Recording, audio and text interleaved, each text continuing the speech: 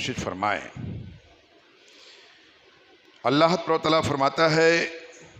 وَعَهِدْنَا إِلَىٰ إِبْرَاهِيمَ وَإِسْمَاعِيلَ أَن طَهِّرَ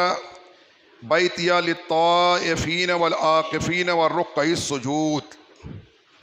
اللہ تبارک و تعالیٰ قرآن پاک میں ارشاد فرماتا ہے کہ اور ہم نے تاکید فرمائی ابراہیم علیہ السلام اور اسماعیل علیہ السلام کو کہ میرا گھر خوب ستھرا کرو، خوب صاف کر دو طواف کرنے والوں اور اعتکاف کرنے والوں اور رکوع و سجود کرنے والوں کے لیے۔ یہ اللہ تعالیٰ قرآن پاک میں فرماتا ہے۔ یہ پہلے ہی پارے میں آیت نمبر 15 ہے یہ، جس میں اللہ تعالیٰ نے یہ فرمایا، حضرت ابراہیم علیہ السلام کو اور حضرت اسماعیل علیہ السلام کو خوب فرمایا کہ میرے گھر کو، بیت اللہ شریف کو، اللہ کے گھر کو خوب صاف کر دو، یعنی مسجد کو خوب صاف و ستھرا کر دو طواف کرنے والوں کے لیے اور اعتکاف کرنے والوں کے لیے اور رکوع و سجود کرنے والوں کے لیے۔ فرماتے ہیں کہ اس آیت کریمہ سے ثبوت ملتا ہے کہ یہ اعتکاف کرنا بہت پرانی عبادت ہے، یعنی حضرت ابراہیم علیہ السلام کو اللہ نے حکم دیا کہ میرے گھر کو صاف کر دو اعتکاف کرنے والوں کے لیے۔ اس سے یہ بات بھی پتہ چلی کہ اعتکاف کرنے والوں کے لیے مسجدوں میں اچھا انتظام کر دینا چاہیے، صاف صفائی رہے اور ان کے لیٹنے بیٹھنے کا بھی انتظام اگر ہو سکے تو وہ بھی بہتر کر دینا چاہیے، کیونکہ انہیں گھر نہیں جانا ہوتا بلکہ پوری طرح سے پورے 10 دن رمضان کے آخری عشرے کو پورا مسجد میں رہ کے ہی گزارنا ہوتا ہے۔ اور سب سے بڑی بات یہ کہ اللہ کا حکم ہے کہ اللہ کے گھروں کو خوب اچھا صاف ستھرا کر دو اعتکاف کرنے والوں کے لیے، طواف کرنے والوں کے لیے۔ آپ فرماتے ہیں کہ اسی طریقے سے سیدنا حضرت ابراہیم علیہ السلام کو حکم ہوا کہ میرے گھر کو طواف کرنے والے اور اعتکاف کرنے والوں کے لیے پاک اور صاف کر دو۔ اس سے پتہ چلتا ہے کہ دین ابراہیمی میں بھی اعتکاف کی عبادت کرنے کا حکم تھا، یعنی اس وقت بھی اعتکاف میں لوگ بیٹھا کرتے تھے۔ اور حضرت موسیٰ علیہ السلام نے جو 40 دن طور سینہ پر گزارے تھے وہ بھی ایک طرح کا اعتکاف ہی تھا۔ حضرت موسیٰ علیہ السلام کو جو اللہ نے حکم دیا کہ اور جو ہے تو پہاڑ پر آ جاؤ، طور سینہ جس کا نام تھا، اس پہاڑ پر آ جاؤ، اور وہاں 40 دن تک موسیٰ علیہ السلام رہے، اپنا گھر بار اور ماحول اور معاشرہ چھوڑ کر کے، آبادی کو چھوڑ کر کے پہاڑ پر 40 دن تک رہے۔ فرماتے ہیں کہ یہ بھی ایک قسم کا اعتکاف ہی تھا کہ جب بندہ اعتکاف میں بیٹھتا ہے تو اپنے گھر بار اور گھر والوں سے جدا ہو کر کے اور معاشرے سے، شہر سے، آبادی سے جدا ہو کر بلکہ اللہ کا مہمان بن کر کے بیٹھ جاتا ہے اللہ کے گھر میں، تو وہ اس کی جو ہے اعتکاف کی عبادت یہ پوری ہوتی ہے جبکہ اعتکاف کی نیت سے ہو۔ یوں ہی بیٹھا رہے اعتکاف کی نیت نہ کرے تو اعتکاف نہیں ہوگا، بلکہ باقاعدہ اعتکاف کی نیت سے 20 رمضان کو سورج غروب ہونے سے پہلے پہلے مسجد میں آ جائے۔ یہ ہے آخری عشرے رمضان کا اعتکاف، اور پھر چاند، عید کا چاند دیکھنے تک مسجد میں ہی رہے۔ جب عید کا چاند نظر آ جائے تب وہ مسجد سے جدا ہو، تو اس کو کہتے ہیں معتکف۔ فرماتے ہیں کہ اعتکاف کے لغوی معنی یہ ہے کہ ایک جگہ پر اپنے آپ کو پابند روکے رکھے۔ اعتکاف کے لغوی معنی جو ہے، اعتکاف کے لفظی معنی یہ ہے کہ کسی ایک گوشے میں، ایک جگہ پر اپنے آپ کو پابند کر لے، وہاں سے یہاں وہاں نہ جائے۔ اور فرماتے ہیں لیکن شرعی اصطلاح میں اس سے مراد ایک ایسی عبادت ہے جس میں مسلمان مقررہ وقت تک دنیا سے الگ ہو کر یاد الہی کے لیے مسجد میں بیٹھ جاتا ہے۔ فرمایا کہ اسلام میں اس کو باقاعدہ ایک جو ہے تو عبادت کا نام دیا گیا ہے، اعتکاف۔ یوں تو کوئی آدمی معاشرے سے کٹ کر، آبادی سے کٹ کر کہیں جا کے پہاڑ کے چوٹی پر، جیسے کہ ہمارے بہت سارے بزرگان دین، اللہ کے نیک بندے، اولیاء کاملین، آبادیوں کو چھوڑ کر وہ کنارے جا کر زندگی گزارتے تھے اور وہاں اللہ کا ذکر کرتے تھے، اور وہاں ذکر کر کے ذکر خدا کی لذت سے محظوظ ہونے کی کوشش کیا کرتے تھے۔ اور یہ سنت رسول عربی صلی اللہ علیہ وآلہ وسلم بھی ہے کہ آقا علیہ السلام اپنے گھر کو چھوڑ کر کے، آبادی سے نکل کر کے آپ جو ہے تو غار حرا پر جایا کرتے تھے، اس ہیرا پہاڑ پر جو آج بھی موجود ہے وہاں غار بھی موجود ہے، اور واللہ جو لوگ جا کر کے آئے ہوں گے دیکھے ہوں گے کہ وہاں کتنی مشکل سے پہنچ پاتے ہیں. وہاں غار ہیرا میں پہنچنا آسان نہیں ہے، اور اس جگہ پر وہاں اس میں پہاڑ کے اندر قدرتی طور پر اس غار کے اندر سے ایک سوراخ ہے جہاں آقا علیہ السلام معتکف ہو کر بیٹھتے تھے. وہاں صرف 2 مصلے کی جگہ ہے، بالکل تنگ جگہ ہے. وہاں جانے کے لیے آدمی یوں نہیں کہ چلتا چلا جائے گا، بلکہ آج تو حالات یہ ہے کہ یوں ٹیڑھے ہو کر کے جانا پڑتا ہے. ٹیڑھے ہو کر کے بڑی مشکل سے پہلے ایک پیر اندر داخل کرتے، پھر دوسرا پیر اٹھا کر پھر وہ جاتے. بیچ میں پہاڑ کے چٹانے سے ملی ہوئی ہے، ایسا چلتے نہیں جا سکتے ہیں. اور اس غار کے اندر جب پہنچ جاؤ، جب وہاں سے دیکھو تو سامنے کعبہ نظر آتا ہے. یہ پہاڑی بہت اونچائی پر ہے، وہاں سے کعبہ نظر آتا ہے نیچائی پہ، آج بھی نظر آتا ہے. آج بھی بہت ساری عمارتیں بیچ میں بن گئی ہیں، مگر آج بھی غار ہرا کے اس جگہ سے جو وہ سوراخ ہے وہاں سے کعبہ سامنے نظر آتا ہے. تو بہرکیف تو آقا علیہ السلام غار ہرا پر جا کر کے وہاں پر اعتکاف کی نیت سے رہتے تھے. اعتکاف یعنی معتکف ہو جایا کرتے تھے. کبھی کبھی تو کئی دن نہیں آتے تھے.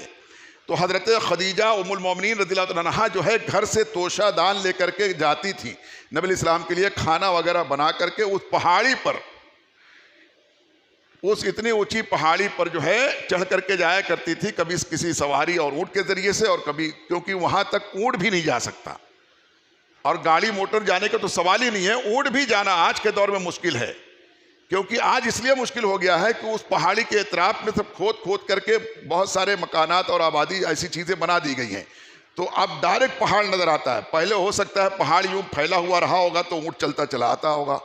ایسا رہا ہوگا. تو بہرکیف تو حضرت خدیجہ کبریٰ رضی اللہ عنہا نبی علیہ السلام کے لیے کبھی کبھی کھانے پینے کی چیزیں لے کر کے جاتی جب آقا علیہ السلام کئی دن نہیں آتے.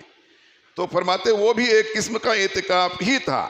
اور یہ عبادت عموماً رمضان المبارک کے آخری عشرے میں کی جاتی ہے. اعتکاف کی عبادت جو ہے، یہ گوشہ نشینی ہونا، جس کو شریعت اسلامیہ میں عبادت کا نام دیا گیا ہے.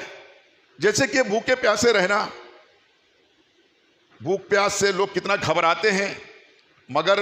اسلام میں اس کو عبادت کا نام دیا گیا ہے. روزہ رکھنا ہو گیا، بھوکا پیاسا رہنا نہیں، روزہ رکھنا. بھوک پیاس تو لگی ہے، بھوکا پیاسا تو ہے، مگر کسی مجبوری کے تحت نہیں، بلکہ اللہ کی رضا کے لیے. کھانا پینا سب موجود ہے لیکن پھر بھی اللہ کی رضا کے لیے جو تو بھوکا پیاسا مسلمان ہے. تو اس کو عبادت کا نام دے دیا گیا ہے کہ ایک بندہ یہاں تک بھی ہو اللہ کی رضا کے لیے یہ بھی کر سکتا ہے، اپنے خواہشات کو بھی مار سکتا ہے، اپنے شہوات کو بھی کچل سکتا ہے، اپنی بھوک اور پیاس کو برداشت کر سکتا ہے اللہ کی رضا کے لیے. ایک مسلمان ایسا ہوتا ہے، اور یہ مسلمان ایسا ہوتا ہے یہ بھوک اور پیاس کیا، یہ جان بھی قربان کر دے گا اللہ کے لیے. یہ بتانا ہے دوسری قوموں کو اللہ تعالیٰ کہ دیکھو یہ مسلمان ایسا ہوتا ہے،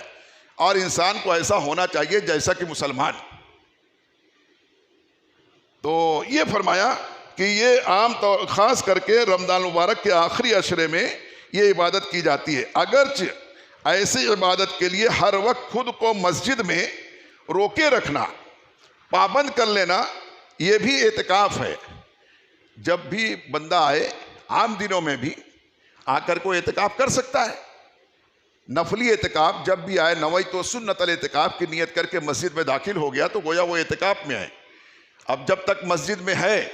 اس کو اعتکاف کا ثواب مل رہا ہے. اس کے ہر سانسوں کے ذریعے فرشتوں کو حکم دیا گیا ہے کہ اس کے نامہ اعمال میں نیکی لکھتے جاؤ، جتنی سانس لے گا اتنی نیکی. جب تک نویت سنت الاعتکاف کر کے مسجد میں آ گیا ہے، جب تک مسجد میں رہے گا ہر سانس کے بدلے نیکی ہے. تو فرمایا یوں تو یعنی عام دنوں میں بھی اس طرح سے اعتکاف کر سکتا ہے، مگر یہ جو اعتکاف سنت ہے، سنت اعتکاف جو ہے جو نبی علیہ السلام نے فرمایا اور رمضان شریف کے آخری عشرے میں. لیکن عموماً رمضان کے آخری عشرے میں کسی مسجد میں گوشہ نشین ہونے کو اعتکاف کہا جاتا ہے، جو سنت مؤکدہ ہے. اور اس طریقے سے کسی نہ کسی ایک شخص کو بیٹھنا معاشرے میں سے، محلے میں سے، اپنے محلے کی مسجد میں کم سے کم کسی ایک کا بیٹھنا، یہ سنت مؤکدہ علی الکفایہ ہے. اگر کوئی نہیں بیٹھے گا تو مسجد کو شکایت ہوگی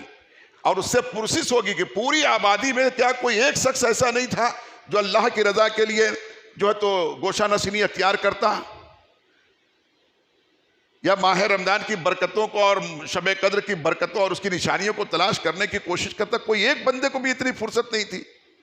اگر کوئی نہیں بیٹھے گا تو سب سے پوچھا جائے گا، اور کوئی ایک ہی اگر آبادی میں سے، پوری آبادی سے کوئی ایک بندہ بھی بیٹھ گیا تو سب بری ذمہ ہو جائیں گے، کیونکہ یہ بیٹھنا جو ہے یہ فرض یا واجب نہیں ہے، بلکہ سنت مؤکدہ علی الکفایہ ہے۔ یعنی ایک آدمی کا بیٹھنا بھی سب کے لیے کفایت کرے گا، سب کے لیے کفایت کر دے گا، اور ہر کوئی پرسش سے بچ جائیں گے۔ فرماتے ہیں سیدنا حضرت امام حسین رضی اللہ عنہ سے روایت ہے کہ باعث تخلیق کائنات حضور صلی اللہ علیہ وسلم نے ارشاد فرمایا کہ جس نے رمضان شریف میں 10 دنوں کا اعتکاف کر لیا تو وہ ایسا ہے جیسے اس نے 2 حج کیے اور 2 عمرے کیے۔ جس نے رمضان کے مہینے میں آخری عشرے میں 10 دن کا اعتکاف کیا تو اس کو اتنا ثواب ملے گا جیسے کہ 2 حج کرنے پر ثواب ملتا ہے اور 2 عمرہ کرنے پر ثواب ملتا ہے، اتنا یعنی زیادہ اس میں نیکی اور ثواب ہے۔ تو لہذا ہمیں یہ چاہیے کہ ضرور اپنے معاشرے میں سے، آبادی میں سے کچھ لوگوں کو ضرور اس کی رغبت دلائیں اور ان کے اعتکاف میں بیٹھنے، خود بیٹھنے یا ان کو بٹھانے کی کوشش کریں۔ اور جن کو موقع ہے، فرصت ہے، جن کو کوئی ایسی مصروفیت نہیں ہے کہ اگر 1 دن یا 10 دن بیٹھ جائیں گے تو کام جو تو بگڑ جائے گا یا نقصان ہو جائے گا، یا ان کے والدین کو تکلیف ہو جائے گی، یا بال بچوں کی تکلیف ہو جائے گی، ایسا کوئی مسئلہ جس کے ساتھ نہیں ہے، اسے اعتکاف میں بیٹھ کر کے اس کی برکتوں کو حاصل کرنے کی کوشش کرنا چاہیے۔ الحمدللہ جب سے آپ کی یہ مسجد گلشن طیبہ تعمیر کی گئی ہے تو ہر سال کثرت سے لوگ بیٹھتے ہیں، یہاں تک کہ پچھلے 2 سال لاک ڈاؤن کے لگے رہنے کے باوجود بھی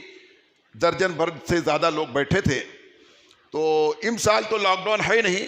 تو مجھے امید ہے کہ اس سال زیادہ لوگ اور بیٹھیں گے، اور بیٹھنا چاہیے۔ تو جن لوگوں کو بیٹھنے کا ارادہ ہو ان کو چاہیے کہ وہ 19 رمضان تک ہی اپنے تمام کاموں سے فراغت حاصل کر لیں۔ جو کام اس 10 دن میں رمضان کے آخری عشرے میں ان کو کرنے والے جو ہیں، یا عید کی تیاری کے لیے کچھ کرنا ہے، یا گھر میں کوئی لوازمات پورے کرنے ہیں، تو ان کو چاہیے کہ 19 رمضان تک یہ سارے کام کر کے پورا کر لیں، اور 20 رمضان سے سورج غروب ہونے سے پہلے پہلے آ کر کے اعتکاف میں بیٹھ جائیں، تاکہ ایسا نہ ہو کہ اعتکاف میں بیٹھنے کے بعد دل بٹے،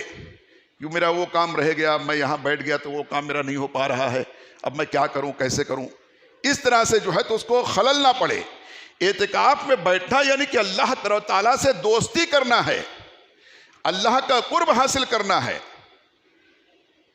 اللہ کی پہچان جو ہے تو معرفت حاصل کرنی ہے۔ اعتکاف میں بیٹھنا کوئی معمولی چیز نہیں ہے کہ ٹائم پاس کرنا ہے فقط، بلکہ اعتکاف میں بیٹھنے والا گویا کہ وہ اللہ کا مہمان ہوتا ہے۔ اور فرمایا کہ جس طریقے سے ایک بندے کا کوئی مہمان ہوتا ہے تو بندہ چاہتا ہے کہ میں کتنی اس کی عزت کر جاؤں، کتنی مہمان نوازی کر جاؤں۔ کوئی مہمان گھر میں آنے والا ہوتا ہے تو بندہ اپنے گھر کو صاف صفائی کروا لیتا ہے، کبھی کبھی تو کلر وغیرہ بھی کروا لیتا ہے، اور اس دن اچھے کھانے کا انتظام کرتا ہے کہ مہمان آنے والے ہیں۔ جو اپنے بچوں کو روزانہ نہیں کھاتا کھلاتا ہے، جب مہمان کی آمد ہونے والی ہوتی ہے اس دن خاص اسپیشل قسم کا کھانا تیار کراتا ہے کہ مہمان آنے والے ہیں۔ گھر کے در و دیوار کے اور دریچوں کے پردے وغیرہ بدل دیتے ہیں، بسترے وغیرہ اچھے کرتے، صاف ستھرے کر دیتے ہیں۔ جب ایک انسان کا معاملہ یہ ہے کہ جب اس کے گھر کوئی مہمان آنے والا ہوتا ہے تو اس کی تمنا یہ ہوتی ہے کتنی اس کی خدمت کر لوں، میں کتنا مہمان نوازی کر لوں کہ یہ خوش ہو جائے اور جو ہے اس کو کوئی شکایت اور تکلیف نہ ہو۔ تو جو اللہ کے گھر میں اللہ کا مہمان بنتا ہوگا تو اللہ تعالیٰ اس کو کتنا نوازتا ہوگا، اس کے لیے کیا کچھ انتظام کرتا ہوگا۔ تو فرمایا کہ پھر جیسی بندے کی نیت ہوگی، جتنا فراغت سے فرصت سے بیٹھے گا اللہ اللہ کرنے کے لیے، اتنا ہی اس کو ان چیزوں کی لذت محسوس ہوگی۔ آج کل بہت سارے لوگ بیچارے بیٹھتے ہیں تو ہر وقت موبائل میں ہی لگے رہتے ہیں۔ اگر واقعی موبائل میں قرآن پاک کی تلاوت کر رہا ہے، دینی مسئلے مسائل سیکھ رہا ہے، دینی معلومات لے رہا ہے تو بڑی اچھی بات ہے، لیکن اگر موبائل میں کچھ اور دوسری چیزوں کو دیکھ کر فقط وقت گزاری کر رہا ہے تو پھر بہت ممکن ہے کہ اعتکاف میں بیٹھنے کی نیکی اس کو نہ مل سکے، اس سے وہ محروم کر دیا جائے۔ تو عرض یہ کر رہا تھا کہ اعتکاف میں بیٹھنے والوں کو چاہیے کہ وہ اپنے تمام ضروریات سے فارغ ہو لیں 19 رمضان تک، اور 20 رمضان سے اعتکاف میں آ کر بیٹھ جائیں، اور جب اعتکاف میں بیٹھ جائیں تو پھر یہ سمجھے کہ میں اللہ کے گھر میں ہوں۔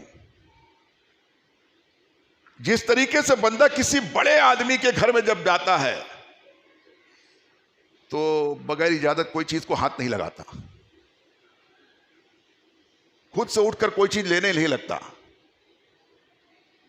بڑے ادب سے رہتا ہے،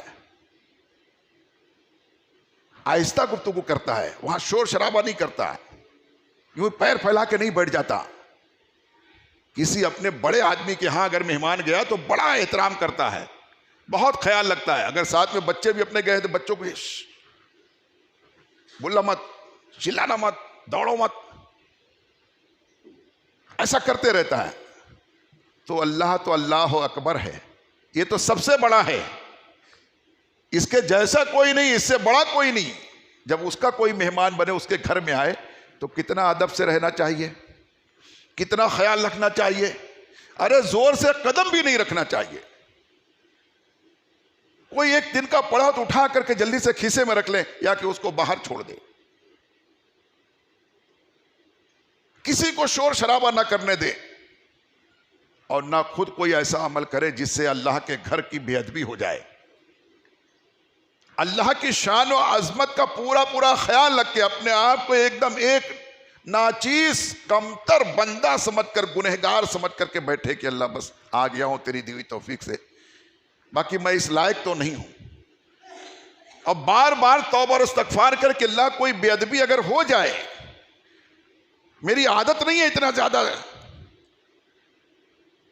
بڑوں میں رہنے کی، بس تیرا کرم ہے کہ کھینچ لایا ہے، تیرے کرم اور فضل کے سہارے میں آ گیا ہوں۔ اگر کوئی بے ادبی مجھ سے ہو جائے، کوئی لغزش ہو جائے تو اللہ تو معاف کرنا، تجھے عفو درگزر کرنے والا سمجھ کر یہ یقین کے ساتھ آیا ہوں کہ تو میری غلطیوں کو ضرور درگزر کرے گا، تو مجھے معاف کرے گا، اور تو ضرور مجھ کو جو ہے تو نوازے گا، میری دعاؤں کو قبول کرے گا۔ میں اسی غرض سے آیا ہوں۔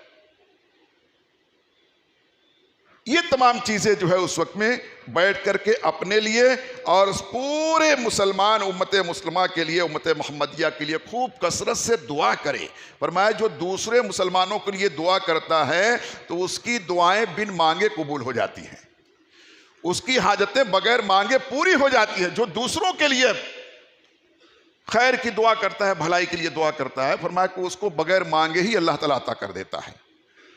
تو خوب دعا اور استغفار کریں، یہ عادت بنا کر کے۔ یہ میں نے پیشگی اس لیے کہہ دیا، آج سے شروع کر دیا، اب یہ کنٹینیو چلے گا 2-4 دن یہ اعتکاف تک کا انشاءاللہ 20 رمضان تک، تو اس لیے کہ تاکہ لوگوں کو رغبت مل سکے۔ ایک دوسرا مسئلہ یہ بھی ہوتا ہے کہ کبھی کبھی لوگ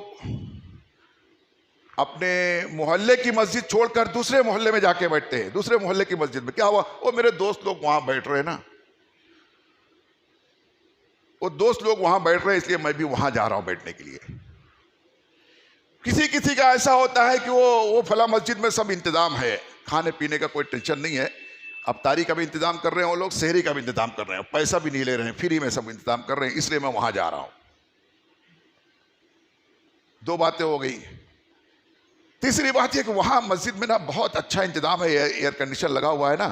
اے سی لگا ہوا ہے، خوب آرام سے خوب سکون سے رہیں گے، اس لیے میں اس مسجد میں جا رہا ہوں۔ تو سن لیں، ہر علاقے کی مسجد، آبادی کی مسجد کے قریب میں رہنے والوں کی ذمہ داری ہے کہ اپنے محلے کی مسجد کو پہلے آباد کریں۔ اور اعتکاف جو ہوتا ہے تو اللہ کی رضا کے لیے کرنا ہے، اللہ کی خوشنودی کرنا ہے، نہ کہ ایئر کنڈیشن کی ٹھنڈک لینے کے لیے کرنا ہے، نہ دوستوں سے ملاقات کے لیے کرنا ہے، نہ فری میں کھانے پینے مل رہے اس لیے وہاں جانا ہے۔ یہ تمام نیت سے جانا ہی، بیٹھنا ہی نہیں ہے۔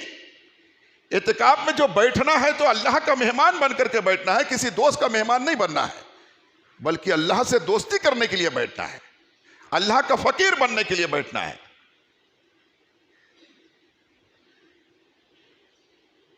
اب اس بیٹھنے میں اگر کچھ تکلیف بھی ہو جائے، اتنا نیند نہ مل پائے، گھڑی 5 وقت نماز کے لیے لوگ آ جاتے، گھر میں رہے تو کبھی آگے پیچھے بھی کر لیتے ہیں، کبھی مولوی صاحب آ گئے صاف صفائی کرنے، اٹھ جاؤ صاف کرنے جا رہے ہیں، نمازی لوگ آنے لگے، کوئی قرآن پڑھنے کے لیے آیا ہے، کوئی سنت پڑھ رہا ہے، اس کے بعد کبھی اذان ہونے لگی، پھر ہر وقت آپ کو یہ نہیں کہ ٹھیک ہے آپ لوگ پڑھو میں لیٹا ہوں آرام سے، نہیں لیٹ سکتے، اس وقت میں آپ کو اٹھنا ہے۔ ہو سکتا ہے یہ تمام گھر جیسا آرام نہ ملے، ہو سکتا ہے گھر جیسا آرام نہ ملے، تو فرمایا کہ یہی اسی کو تو اعتکاف کہا جاتا ہے، تکلیف سے گزر کر کے پھر اس منزل کو تک کا پہنچنے کی کوشش کرنا، اس منزل تک، یعنی فرمایا کہ یہ جو جنت کا معاملہ، تو کہنے والے نے کہا کہ میرے انہی پتھروں سے چل کر اگر ہو سکے تو آؤ، انہی پتھروں سے چل کر، انہی مشکلوں سے، انہی مصیبتوں سے چل کر لڑ کر اگر آ سکو تو آؤ، میرے گھر کے راستے میں کوئی کہکشاں نہیں ہے کہ خرامہ چلے آؤ، کوئی چمنستان نہیں ہے کہ پھولوں پر چلتے چلے آؤ تم، بلکہ ان مشکلات سے گزر کر کے آنا ہے۔ تو محلے کے لوگوں کی ذمہ داری ہے کہ محلے کی مسجد میں بیٹھیں، یہ کسی بھی محلے اور علاقے اور آبادی کی مسجد ہے، یہ نہیں کہ دوستوں کے ملاقات کے لیے دوسرے محلے میں جا کے ان کے محلے میں جا کے بیٹھے، یہ ایئر کنڈیشن کی جو ہے تو فیسلٹی کی وجہ سے جا کر کے وہاں بیٹھے اس کے فائدہ اٹھانے کے لیے، ٹھنڈک لینے کے لیے، یا کہ کھانا پینا کہیں فری انتظام کر دیا گیا ہے تو وہاں جا کر کے بیٹھے۔ جب اللہ کے گھر میں مہمان بن کے بیٹھ جائیں گے، اللہ تعالیٰ کہیں نہ کہیں سے کروائی دے گا، سمجھ رہے ہیں، کہیں نہ کہیں سے کروائی دے گا۔ اگر گھر میں کوئی ایسا مسئلہ ہے کہ کوئی لانے لے جانے والے نہیں ہیں تو انشاءاللہ جو بیٹھے گا ان کا انتظام ہو جائے گا، وہ اللہ کرا دے گا۔ اب میں یہ کیوں کہوں کہ میں کرا دوں گا، اللہ جس سے چاہے گا کروا لے، بیٹھنے والے بیٹھے تو صحیح، خالی پتہ چل جائے کہ کوئی آدمی ایسے بھی ہے جن کے گھر میں کوئی لانے لے جانے والا نہیں ہے، خالی معلوم پڑ جائے، اللہ کرا دے گا جس سے چاہے گا۔ اب یہ اعلان کرنا ضروری نہیں ہے کہ بھائی فلانے صاحب کریں گے، ان کی طرف سے ناشتہ ہے، ان کی طرف سے بریانی ہے، ان کی طرف سے مالپوا ہے، ان کی طرف سے جو ہے تو تندوری ہے، ان کی طرف سے چکن ٹکا ہے،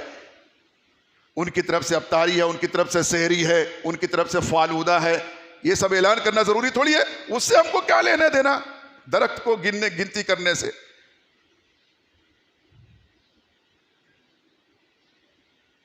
تو جو بیٹھنا چاہیں وہ بھی سبھی اللہ کی رضا کے لیے بیٹھے، جب اللہ کی رضا کے لیے بیٹھیں گے تو وہی انتظام کرانے والا ہے، وہ کرا دے گا کہیں نہ کہیں سے۔ تو لہذا اس کی تیاری کریں، زیادہ سے زیادہ لوگ بیٹھیں، اور جو بھی بیٹھے تو دوستی نبھانے کے لیے، اللہ سے دوستی نبھانے کے لیے بیٹھیں، بندے سے دوستی نبھانے کے لیے نہیں، اللہ سے دوستی نبھانے کے لیے۔ آخر دنیاوی اعتبار سے بندہ اپنے کسی دوست کو جو تو راضی کرنے کے لیے ماں باپ کو ناراض کر دیتا ہے کبھی کبھی، نہیں میرے دوست لوگوں نے بلایا، جب میرے فرصت نہیں ہے،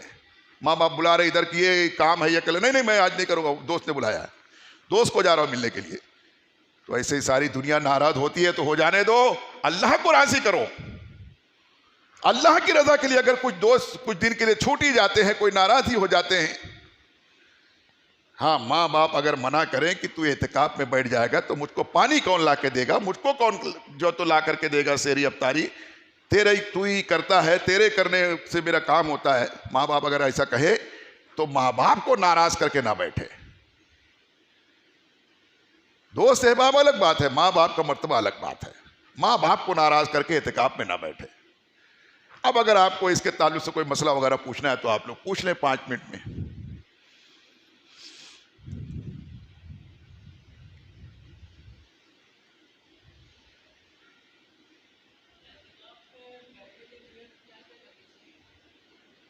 بس نویت و سنت الاعتکاف کر کے آ گیا۔ سوال پوچھ رہے اعتکاف میں بیٹھنے کے لیے کیا کیا نیت کرنا چاہیے، تو آپ جس زبان میں چاہیں، اگر نویت و سنت الاعتکاف کرنا نہیں آتا ہے تو آپ یوں بھی کہہ سکتے نیت کی میں نے سنت اعتکاف کی۔ جب مسجد کے دروازے میں داخل ہوں اس وقت میں ہی یہ نیت کرنی ہے کہ نیت کی میں نے سنت اعتکاف کی۔ اور سوچو، خیال تو یہ ہے کہ اچھی سوچ اور فکر رکھے کہ اب میں اعتکاف میں بیٹھا تو زیادہ سے زیادہ تلاوت کروں گا، نفل نماز پڑھوں گا، اگلی صف میں رہنے کی کوشش کروں گا، کوئی درس و خطاب ہوگا تو غور سے سنوں گا، کم سے کم سوؤں گا، زیادہ سے زیادہ اللہ کی بندگی کروں گا، مسجد میں کسی بھی طرح کی بے ادبی اور بد کلامی اور جو ہے تو زور سے آواز بلند کرنے سے اپنے آپ کو بچاؤں گا، اللہ کو راضی کرنے کی کوشش کروں گا۔ جب سب سو جائیں گے تو میں جاگتا رہوں گا، تہجد کی نماز پڑھوں گا، اس میں رو رو کر کے دعائیں کروں گا۔ میں جو ہے تو صبح جب لوگ فجر کے بعد تلاوت کر کے چلے جائیں گے، سورج نکل آئے گا، 20 منٹ کے اوپر ہو جائے گا، تو میں انشاءاللہ اس وقت میں اشراق پڑھوں گا، اس کے بعد میں چاند پڑھوں گا، میں نماز مغرب کے بعد اوابین پڑھوں گا۔ یہ تمام چیزیں خوب نیت کر لے کہ یہ سب میں کروں گا۔ اب نیت کر لیا بندہ، ہو سکتا ہے کسی وجہ سے یہ کام نہ کر پائے، تو چونکہ نیت کر لیا تھا تو نیت کرنے کی وجہ سے اس کو ثواب ملے گا، کیونکہ روایتوں میں آیا کہ بندے کو اس کو پورا ثواب ملتا ہے جیسا کہ وہ باہر رہ کے کر سکتا۔ جیسے کہ اب اعتکاف میں بیٹھ گیا، آپ کسی مریض کو دیکھنے کے لیے نہیں جا سکتا، مگر اعتکاف میں بیٹھا ہے اس کو اس کے جانے کا ثواب ملے گا۔ اعتکاف میں بیٹھ گیا، آپ جنازہ پڑھنے کے لیے نہیں جا سکتا، جنازہ مسجد میں ہو نہیں سکتا اور یہ باہر جا نہیں سکتا، تو اس لیے اس کو جنازہ پڑھنے کا ثواب ملے گا۔ اعتکاف میں بیٹھ گیا، آپ کسی میت کو کاندھا نہیں دے سکتا، اس لیے کہ مسجد میں یہ کام نہیں کر سکتا، اب اعتکاف میں بیٹھا ہے، جا سکتا نہیں ہے، تو فرمایا کہ اس اچھی نیت سے بیٹھا ہوا ہے تو اس کو جنازے کو کاندھا دینے کا بھی ثواب ملے گا، نماز جنازہ پڑھنے کا بھی ثواب ملے گا۔ اسی طریقے سے کسی کی تیمارداری کرنے اور کسی کا عیادت کرنے کا جو ثواب ہے وہ سارے ثواب اس کو ملے گا۔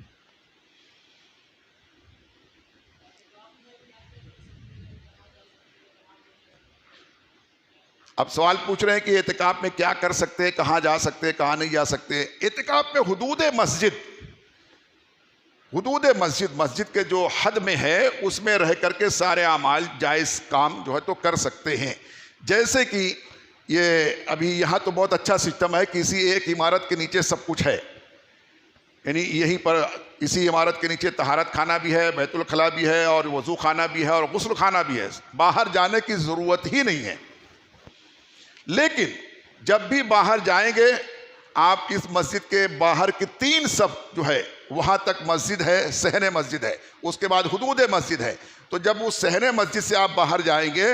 اور پھر جب واپس آئیں گے تو وہاں پہنچ کر کے پھر سے نیت کرنا رہے گا۔ جتنی بار جائیں گے آئیں گے تو اتنی بار نویت سنت الاعتکاف پھر سے کرنا رہے گا۔ جب بھی طہارت خانے کے لیے جانا ہے آپ کا اعتکاف نہیں ٹوٹے گا، آپ کی نیت جاتی رہے گی۔ باقی اور کہیں کہیں کیسا رہتا ہے کہ مسجد کے تھوڑا باہر بنا رہتا ہے ساری چیزیں، مسجد کے دیوار اور اس عمارت کے باہر طہارت خانہ، اکثر جگہوں پر ایسا رہتا ہے کہ مسجد کے باہر رہتا ہے طہارت خانہ، کہیں کہیں تو وضو خانہ بھی، جیسے کہ اپنا درگاہ دیوان شاہ پہ ہے تو اتنا دور طہارت خانہ ہے۔ اللہ لوگوں کو اچھی سوچ عطا فرمائے کہ اس کو کچھ سسٹم سے کرنا چاہیے۔ کیا کیا بن گیا، ایک اچھا سا طہارت خانہ آج تک وہاں نہیں بن پایا،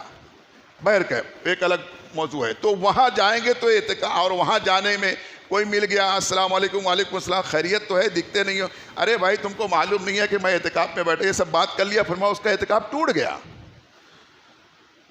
بلکہ اس کو یوں کہہ لیا السلام علیکم، وعلیکم السلام، اور خیریت لے، زیادہ بات کرنا چاہے میں اعتکاف میں ہوں یہ کہہ کے بس، اور نہ پوچھے کہ کیا حال ہے، کتنا بھیم آئی کہ نہیں آئی، قوم آیا کہ نہیں آیا، کاریگر وہ چلا تو نہیں گیا، تو اس کو یہ سب بات نہیں کرنا ہے اس کو۔ تو اب اتنا دور نکلے گا تو ہو سکتا ہے رستے میں لوگ ایسے لوگ مل جاتے ہیں، کبھی کبھی پوچھنے لگتے، ان کو معلوم بھی نہیں رہتا کبھی کہ اعتکاف میں بیٹھا ہے، تو پوچھنے لگتے بھائی دکھتے نہیں آج کل۔ تو اس لیے یہاں بہت بہتر ہے، یا جہاں جہاں مسجدوں میں ہے تو وہ باؤنڈری، وہ حدود مسجد ہے، حدود مسجد میں ہے، جیسے کہ ہمارے ہاں رحمانیہ مسجد ہے، مومن مسجد ہے، یہ سب مسجد کے باؤنڈری کے اندر ہے، تو وہاں جانے سے اعتکاف نہیں ٹوٹتا ہے، اس کی نیت جاتی رہے گی۔ جب پھر آئے گا تو پھر سے جو ہے تو نیت کر لینا اس کو، جو ہی صحن میں آئے گا، جماعت خانہ نہیں، صحن میں آیا، صحن کا حکم وہی ہوتا ہے جو جماعت خانے کا حکم ہوتا ہے، تو جو ہی صحن میں آیا نویت سنت اعتکاف کر کے پھر سے آ گیا۔ اسی طریقے سے بلا ضرورت اگر اوپر گیا تو بھی نیت جاتی رہے گی، دوسرے مالے، تیسرے، چوتھے مالے پہ گیا تو اس کی نیت جاتی رہی، اب پھر جب نیچے آئے گا تو پھر اس کو اعتکاف کرنا رہے گا۔ یہ ساری باتیں اس کو ہے۔ ٹھیک ہے، اب انشاءاللہ اعتکاف کے تعلق سے روزانہ یہ درس چلتا رہے گا۔ تو آپ لوگ سوچ کر کے اور اپنے حساب سے سوال وغیرہ کسی کو کرنا، بیٹھنے کا ارادہ ہو تو اور اس کو کیا معلومات لینی ہے معلومات لے سکتا ہے، انشاءاللہ میں علم بھر اس کو بتانے کی کوشش کروں گا۔ بسم اللہ الرحمن الرحیم۔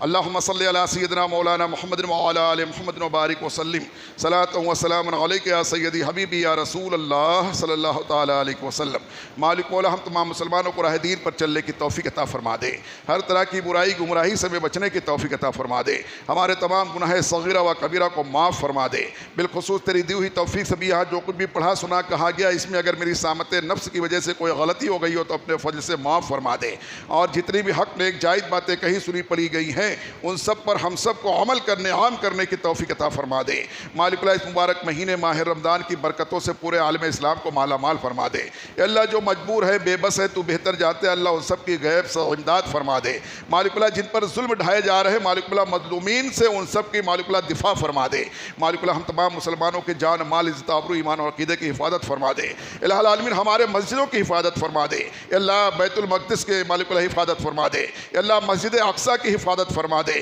مالک اللہ جہاں کہیں مسجدوں پر جو تو شرنگیزی کرنے والے ہیں، شر کرنے والے شرنگیزی کر رہے، مسجدوں کو نقصان پہنچا رہے ہیں، مالک اللہ الہ العالمین ہم کمزور ہیں، ہمارے جو ہے تو ہاتھ کمزور ہے، بازو کمزور ہے، مگر تیرے دست قدرت میں مالک اللہ وہ طاقت ہے کہ ان اللہ علی کل شیء قدیر، جو تو چاہے وہ کر سکتا ہے۔ مالک اللہ ان دشمنوں سے ہمارے تمام مسجدوں مدرسوں کی حفاظت فرما دے۔ یا اللہ ہمارے ایمان اور عقیدے کی حفاظت فرما دے۔ مالک اللہ ہمارے ملک میں امن و امان قائم فرما دے، تمام عالم اسلام میں امن و امان قائم فرما دے، تمام مسلمانوں کو متحد ہو کر کے تمام دشمنان اسلام سے مقابلہ آرائی کرنے کی توفیق عطا فرما دے۔ یہاں ہم جتنے لوگ بھی حاضر ہیں ہم سب کی حاضری کو اپنی بارگاہ میں قبول فرما لے، اور بار بار زیادہ سے زیادہ لوگوں کو ایسی مجلسوں میں حاضر آنے کی توفیق عطا فرما دے۔ قول اللہ تبارک و تعالیٰ فی شان حبیبہ الکریم ان اللہ و ملائکتہ یصلون علی النبی یا ایھا الذین آمنوا صلوا علیہ وسلموا تسلیما۔ اللہم صلی علی محمد وعلی آل محمد وبارک وسلم، صلاۃ و سلام علیک یا سیدی حبیبی یا رسول اللہ۔ سبحان ربک رب العزت عما یصفون وسلام علی المرسلین والحمد للہ رب العالمین۔ السلام علیکم ورحمۃ اللہ۔